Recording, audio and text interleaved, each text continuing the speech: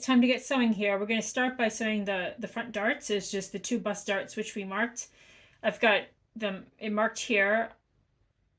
It's a little hard to see, so I've just noticed having it, showing it here with this ruler, but it's just running right along here. And I have a pin here at the end where the saw off point is. Everyone has different ways of doing darts. Here's how I like to do it. I have my machine set at 2.5 millimeters, which is a good length for this type of material. So I'm just going to go along here, sewing on that line. And then when I get toward the end, what I like to do is just shorten that a lot. Like I'm going to go down to maybe 1 millimeter and just sew it very small, very tiny stitches, and the last couple right on the fold there. And then go sew off the end, hold on to it, draw out a little tail, and then within the dart leg itself, I'll just knot it off. Always pull out a little tail of thread so that it's not tight, so that you don't get the knot itself pulling at the edge of the dart. And you'll see that you'll get a nice dart that will lay nice and flat for you. So I'm done with this dart. I'm going to do the dart on the other front, and then we'll go ahead and get started on hemming the fronts. Like so many things with sewing, good pressing is half the battle here. So once you have your dart sewn, I see I've got mine sewn here and I've got it knotted off here. You want to give it a good press, and you want to press with the dart leg, which is of course the fabric and the uptake of the dart going down. So what you'll want is some kind of a tailor's hammer, some other kind of curved surface like this to press over, and you can just drape your front over like this, and just drape it there. Maybe press it a little with your fingers first so that you're sure that it's behaving and it's going to sit where you want it to, and then give it a press. And when you press it, just give it a little steam. You press with your fingers a little. You be gentle with it over this curve. And then, as with so many things in life, just let it sit. Just let it sit, let it cool, let it relax a little bit before you go on to the next one. So I'm going to do this with the other dart on the other front, and then we're going to hem all the fronts and the back sides. We're just going to do that all together, and we're going to again start with just pressing at the pressing station here, just pressing those hems together. So see you back here in a minute.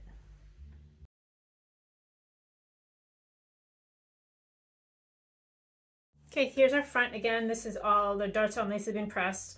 Now we're going to gently flip this over because we're going to start with getting the fronts set up here for pressing. And it's a double fold, 5/8 of an inch.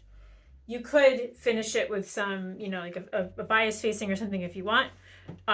What I like to do is just press it to 5/8 of an inch is 1.5 centimeters, or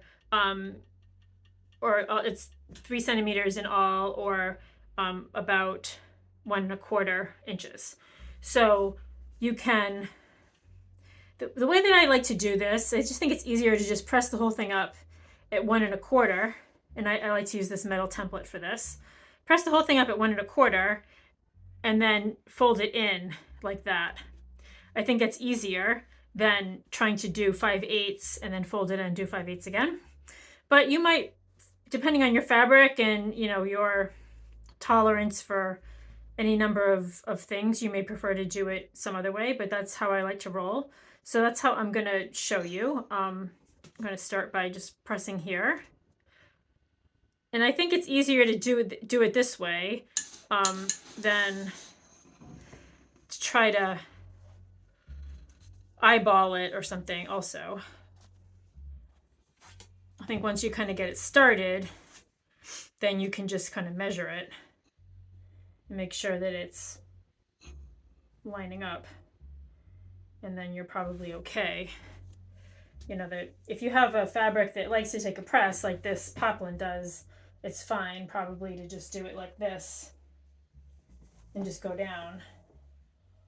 But if you have something that's less cooperative, then you may need to employ a lot of pins or something. But once you have that all pressed up, then you can simply take the end and just tuck it under. So you can just tuck it under like this. You know, you don't have to be super precise about it because this is just the raw edge that's just going to live under here. So you can just tuck it. And again, if you have a fabric like this that likes to take a press, this works better. I'll just put this over here to weight that down, that edge down, and then you just give the whole thing a press.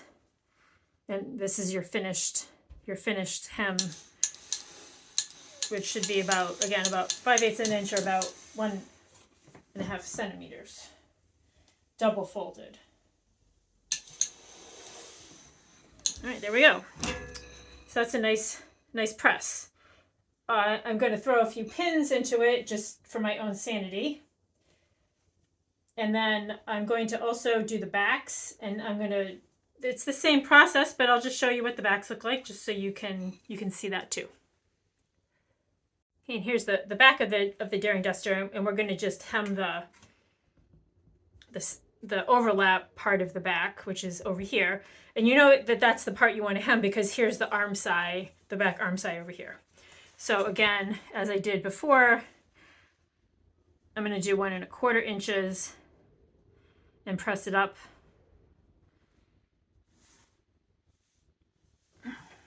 Press it to the wrong side, of course, all the way down.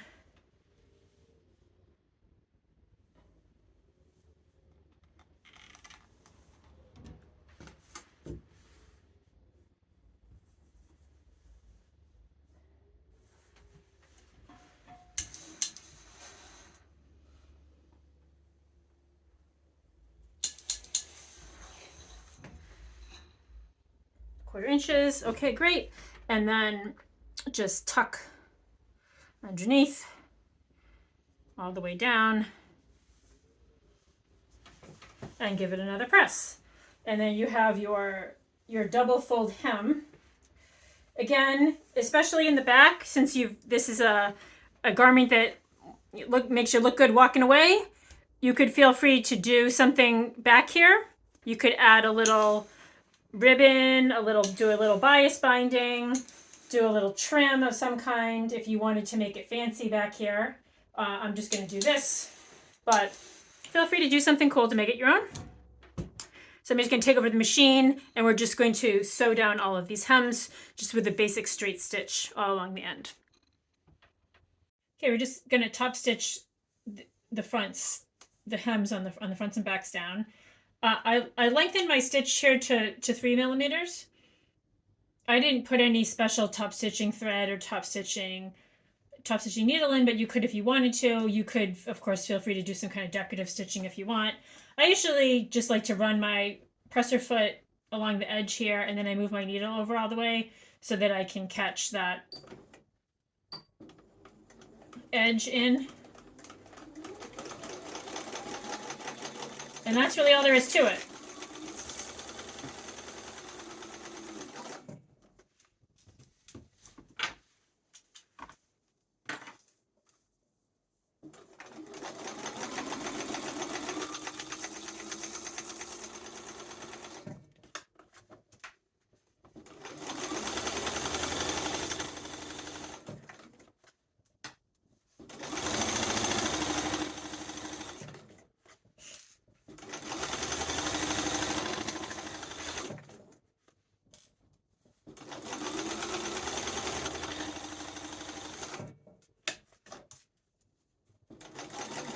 If you find that on a long seam like this, the fabric is threatening to bunch up on you be sure to hold it. You don't want to hold it really tight, but just hold it taut enough and just make sure that it's straight, and then you can use your non-dominant hand to just gently guide it along.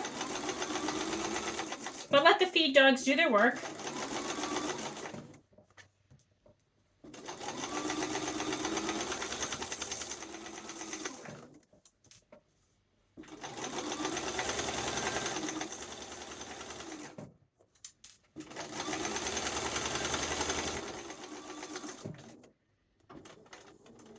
So that's the front.